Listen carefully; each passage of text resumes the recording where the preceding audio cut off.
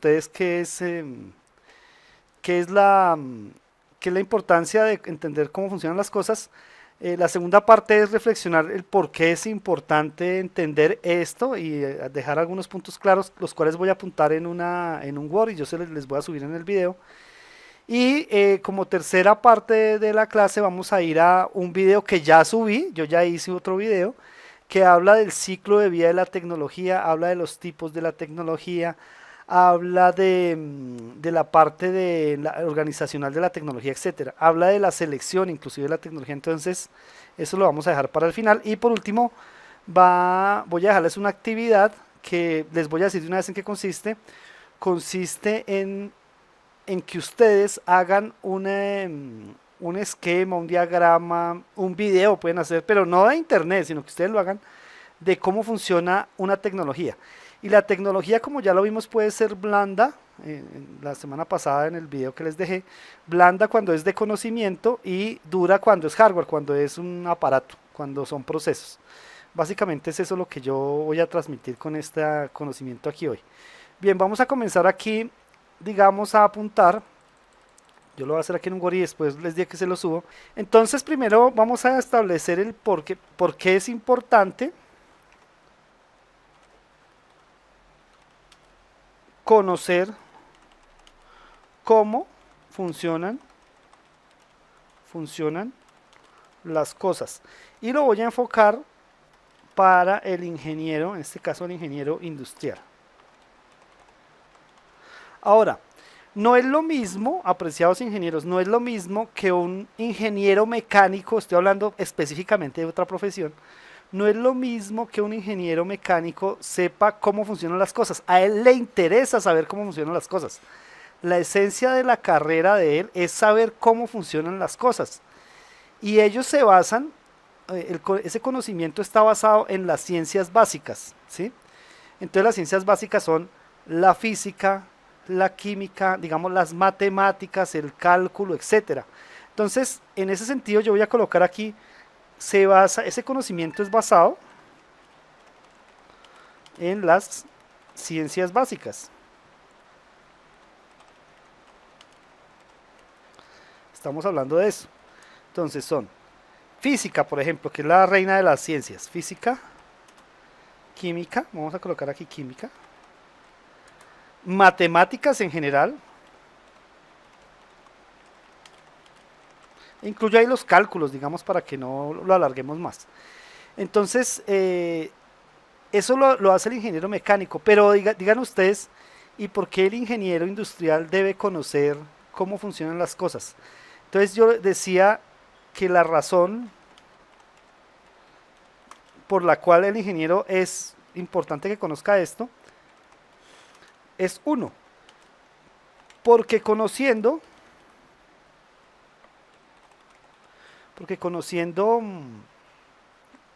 este funcionamiento,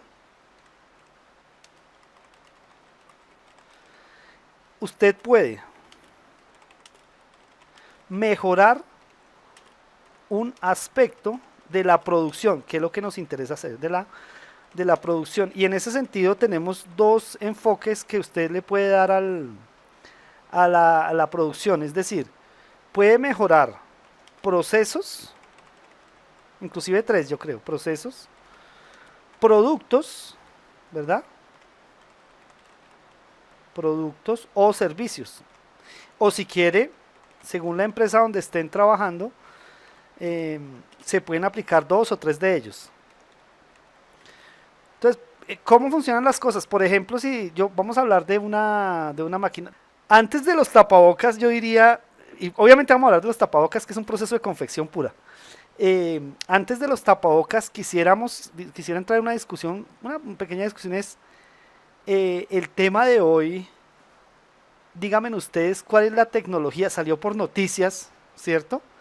En esta última semana, o de hace como una semana, o hace 3 días tal vez, una noticia súper importante de tecnología que ayuda a la humanidad, que es en este momento una tecnología que ayuda al ser humano sería la vacuna contra el coronavirus. Y entonces ustedes dirán, profe, pero eso es una tecnología. Sí, ya habíamos hablado también, la parte médica ha evolucionado desde la antigüedad, digamos, a hoy en día, y hoy pues se pudo obtener una vacuna. eh, Rusia, ustedes creo que vieron la noticia, Rusia ya la inscribió, la patentó, bueno, la parte que ellos están trabajando, a pesar de que la Organización Mundial de la Salud dice que no, que todavía no, que no sé qué, pero seguramente ya la hicieron. Ahora,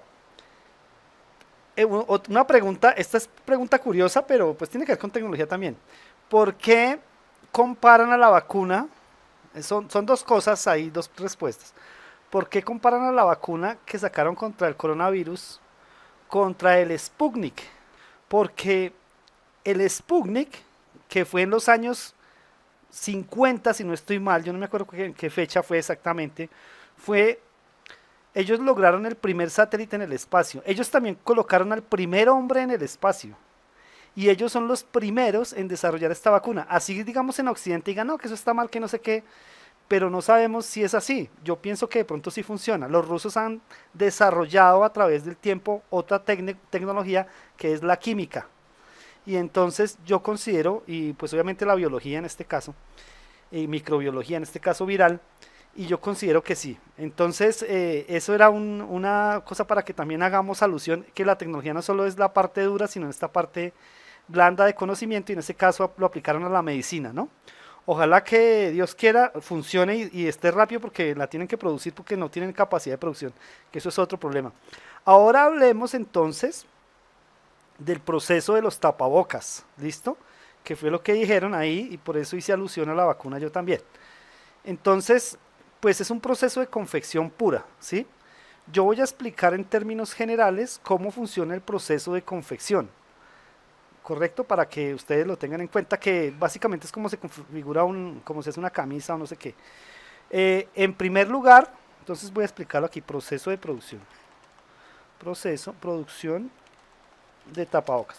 El proceso de producción de tapabocas comienza con primero, y es muy importante, el estudio, si ustedes analizan el estudio de los materiales.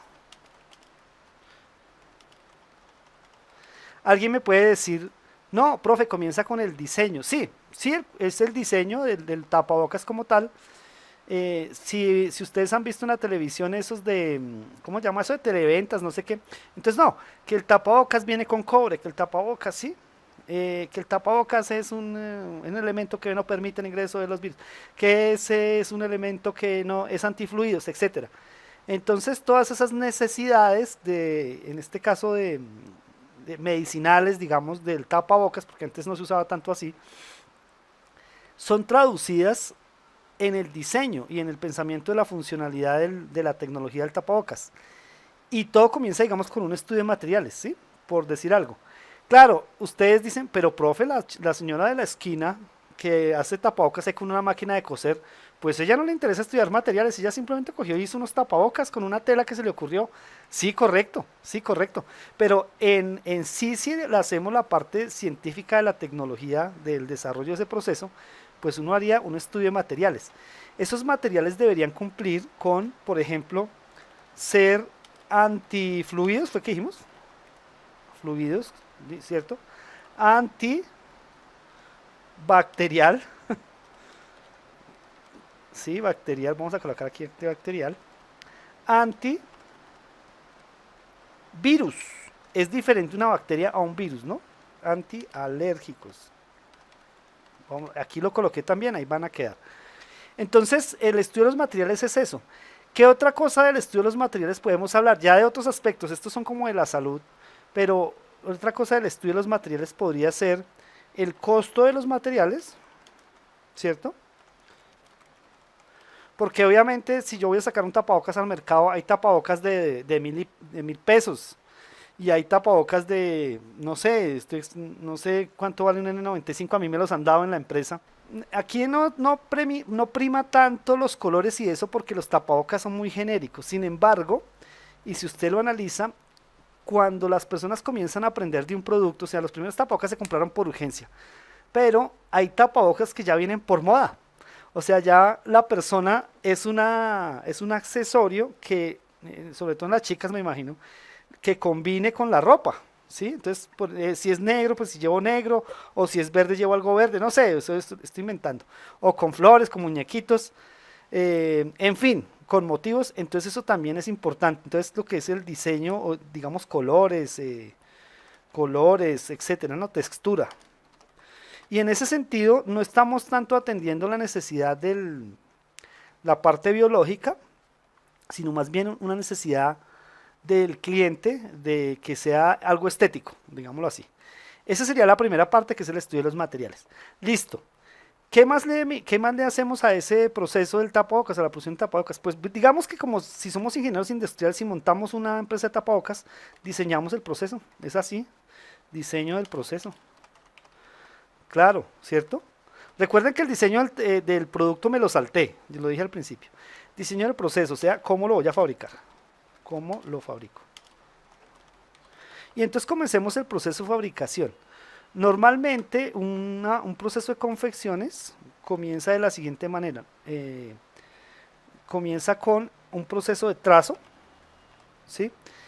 ¿En qué consiste el trazo? Explico. Ahí cogen la tela, la tienen en una mesa grande. Yo trabajé en confecciones, en varias plantas de confecciones, hace muchísimos años, la verdad, en los años 90, o sea, en el siglo pasado. Y que tienden sobre una mesa, ¿sí? Y se pueden tender varias capas, a veces de la misma tela o a veces de varias telas. Normalmente se tienden de la misma tela, es decir, que hay varias capas extendidas, como si fueran hojas de papel unas sobre las otras, del mismo tipo de tela.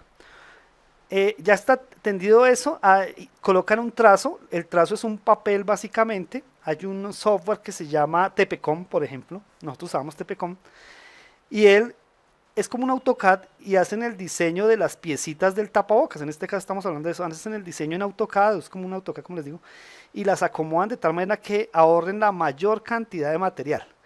Este proceso se denomina trazo, ¿sí? Ese trazo es el que va sobre las telas. A veces son capas, una cantidad de telas que son 20 capas, 30 capas, hasta 50 capas he visto que cortan. Entonces, trazo. Lo colocan encima ese papel y lo prensan con unas pesitas para que quede bien extendido sobre la tela. La tela debe ir sin arrugas, ¿sí? Y la otra que miran, es muy importante mirar cuando se está haciendo el tendido, es mirar la urdimbre y la trama. Urdimbre, ¿cierto? O sea, el tejido de la tela, si lo miran en el minúsculo, entonces digamos digamos mis dedos hacen la urdimbre, y la trama es esta, la que hace esto, ¿sí? Urdimbre y trama. Entonces hay que mirar eso, porque a veces, y en las camisas pasa, en los tapabocas de pronto no tanto, pero estamos haciendo un proceso un poquito mejor. Entonces miran para que cuando la camisa se vea en el mismo sentido digamos, la textura de la tela. A veces por eso ustedes miran, cuando ya ustedes conocen harto de eso, y si eso está defectuoso, tienden eso y sobre el trazo, y comienza el proceso de corte, ¿no? Entonces trazo, tendido, sobre un maniquí. En este caso en las confecciones hacen el proceso, digamos, de hacer el montaje de las piezas, de cómo va a quedar, y después viene el proceso de tallaje. Si trabajaste en una empresa lo debes conocer. Entonces lo montan en el maniquí, y de ahí sacan los moldes para hacer el trazo. Yo estoy en el trazo ya, ¿sí? Inclusive, les cuento, inclusive en la empresa que teníamos, en donde yo trabajaba, después de que sacaban las piezas del molde, ellos simplemente las digitalizaban con puntos, digamos era como un tablero, lo colocaban allí y digitalizaban, y en el mismo sistema él daba la forma ya de la pieza, y ahí se hacía el trazo, ¿sí? Y el tallaje, que obviamente es hacer variación de las medidas. Entonces, ingenieros, vamos en el trazo, que les decíamos. El trazo es sobre un papel, un plotter. Un plotter es una impresora gigantesca, los que la conocen, los que se usan por ahí en publicidad los conocen, yo creo. Ese plotter saca el trazo, tienden, y arranca el proceso de corte. El proceso de corte es una máquina, básicamente es como venga, les digo, como que, no sé si han visto una batidora. Creo que todos de pronto conocen una batidora que uno la coge manualmente, pero este proceso de corte es una máquina como esta altura, digamos de este tamaño, y se coge en la parte superior, y hay una cuchilla que hace esto, o sea, se mueve en este sentido, muy afilada, ¿no? Y la persona va cortando, porque son hartas capas, entonces van sacando las piezas así. Ese proceso también, pues, es muy importante. Después viene el empaquetado. ¿Qué es el empaquetado? Y ustedes dirán, pero ¿cómo así que van a empaquetar? Ya les explico. El empaquetado de moldes, de grupos, digamos, agrupar, de grupos. Es empaquetado es que cogen las piecitas como que habían cartas capas, entonces salieron, por ejemplo, 20 frontales, digamos de este lado, del lado, en el caso mío, en el derecho. Salieron, si eran 20 capas, salieron 20 y 20 del lado izquierdo. Entonces se agrupan, ¿no? Se deben agrupar de esa manera porque si se desordenan, pues no se pueden armar después. Entonces los empaquetan y proceden al transporte. Normalmente van a proceder al transporte a una máquina de confección, una plana, una dos agujas, qué sé yo. Entonces, por ejemplo, transporte, lo colocarían que no debería, acuérdense que por, digamos, debería ser un transporte mínimo, en otras palabras, transporte. Y el proceso octavo es la confección como tal, que es la costura de las piezas, ¿no? La unión, el ensamble. Entonces aquí vamos a colocar el ensamble de las piezas. Listo. Obviamente ahí, profe, pero faltan los cauchitos, etcétera. Claro, ahí también se supone en la parte de confección, llevan los cauchos, los cortan y los van a armar. Después habrá un proceso, si los que sacan por ahí por la calle, bueno, de empaque. Y por supuesto hay todos los controles de calidad que ustedes quieran. Y esto es cómo funciona un proceso, es muy resumido, es un proceso de confección, en este caso hablamos de tapabocas, pero es un proceso de confección que lo resumí muy someramente, lo que decía la persona que estaba hablando, que no me acuerdo quién era, tiene razón, faltó la parte del diseño, del molde, pero digamos que el proceso es ese. Aquí conocemos un proceso, pero también nosotros debemos saber, como les decía al principio de la clase, cómo funcionan, por ejemplo, las máquinas, ¿sí? Ahora, en el proceso que acabamos de ver, pues podríamos mejorar ¿qué? Pues el proceso, precisamente. Podríamos mejorar el proceso productivo.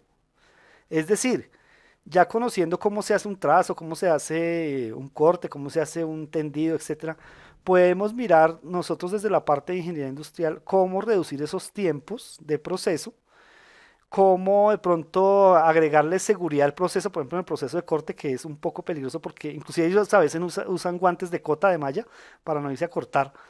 Todas esas cosas se tienen que tener en cuenta. Solamente podemos mejorar el proceso porque lo conocimos. De resto, nos tocaría aprenderlo. Esa es la que siempre hacemos nosotros, ¿no? Vamos, lo aprendemos y lo mejoramos. Ahora, esto es la parte de un proceso, pero cuando es una máquina, cuando el proceso, cuando lo que debemos saber cómo funciona, cuando queremos, ¿sí? Saber cómo funciona una máquina, un dispositivo, ¿con qué fin lo haremos? En ingeniería industrial. El ingeniero mecánico, repito, le interesa saber cómo funciona porque él puede generar, digamos, mantenimiento, ¿por qué no? Generar mejoras productivas. Pero a nosotros nos interesa saber cómo funciona una máquina porque podemos sugerir, y eso ha pasado en la industria, ¿sí? Sugerir, obviamente con ayuda del fabricante, cambios en el diseño. Recuerden el mantenimiento modificativo, los que vieron mantenimiento conmigo. Sugerir cambios en el diseño. ¿Sí? Por ejemplo, podemos mejorar el desempeño. Al saber cómo funciona una máquina, al entender cómo funciona una máquina, ¿qué parte del TPM podríamos aplicar? ¿Se acuerdan que en el paso número 3 del mantenimiento se hacían modificaciones para hacer áreas, llegar a áreas de difícil acceso? Por ejemplo, abrirle un huequito, una ventanita protegida, obviamente a través de un vidrio, de un cristal, para poder mirar si la máquina tenía suciedad, para poder hacer mejor el mantenimiento autónomo, para poder hacer limpieza, lubricación y ajuste. Hacerlo más sencillo con el fin de, a través de una ventanita, por ejemplo, mirar si una cavidad está sucia o hacer un dispositivo de tal manera que la brocha pueda entrar, si le tenemos que echar brocha ya, la brocha pudiera entrar. Nosotros no vamos a modificar de pronto el funcionamiento de la máquina, eso se lo dejamos más al mecánico, pero ese tipo de cosas sí las podemos sugerir. En otras palabras, solo podemos lograr, ¿cierto? Mejorar en estos aspectos, por ejemplo, aplicar mantenimiento autónomo, solamente cuando conocemos cómo funciona una máquina. ¿Sí? Eso es lo que, digamos, lo que les quería transmitir. Aplicar mantenimiento autónomo, ¿verdad? Aquí estoy apuntando. Entonces es importante, apreciados ingenieros, entender cómo funciona un proceso productivo. Ya vimos proceso de tapabocas, pero vimos el proceso. Y aquí en una máquina estamos haciendo algunos impactos para el ingeniero industrial porque es importante saber cómo funciona. Para sugerir cambios en el diseño, para mejorar un poco el desempeño con ayuda del fabricante, claro, y para aplicar el mantenimiento autónomo. Esas son cosas que nosotros debemos saber o debemos aplicar, solamente se pueden hacer cuando sabemos cómo funcionan las cosas, de resto no podemos. Hay un tercer aspecto y con eso voy a ir cerrando porque ya les toca mirar el otro video que es de 2 horas, no mentiras, 1 hora. Y el otro aspecto es los procesos administrativos, ¿sí? Los procesos administrativos. Entonces ustedes dirán, eh, profe, pero los procesos administrativos que tienen que ver con cómo funcionan las cosas. Saber cómo funciona un proceso administrativo nos garantiza que también podemos mejorarlo. Así de sencillo, ¿sí? Los procesos administrativos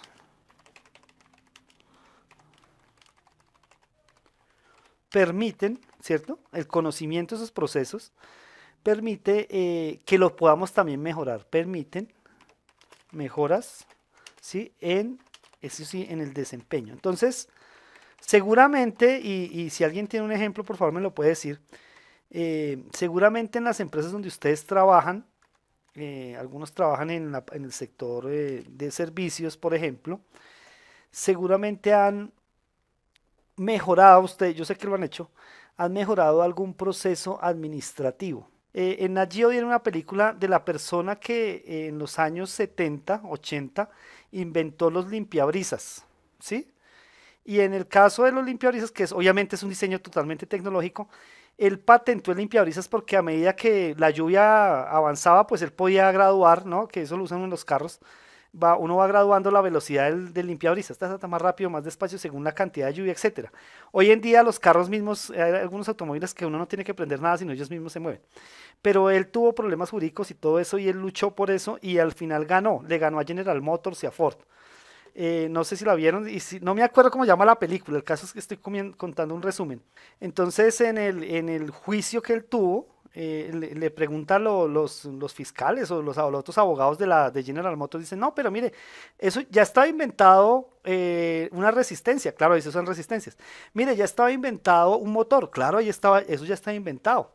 Y entonces lo iban a bajar por ese lado. Y el tipo dijo, mire, voy a leer un poema de Rubén Darío, yo no sé, y comenzó a leer un poema. Y dijo, mire, la palabra tal ya está inventada, sí.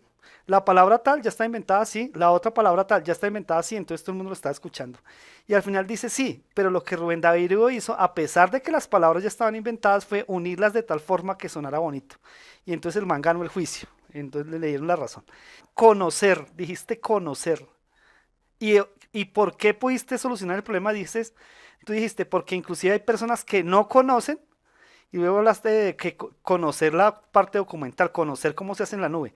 Por eso, y tú acabas de dar el punto de esto, de todo esto que estamos hablando, es primero debo que conocer los procesos para poder mejorarlos. Ese ejemplo está perfecto también. Eso es, fíjense que en todas las cosas, la primera persona que habló conocía su negocio, le hizo una mejora porque también conocía cómo funcionan las gafas de realidad virtual. En el caso de Claudia, conoce cómo funciona la parte documental.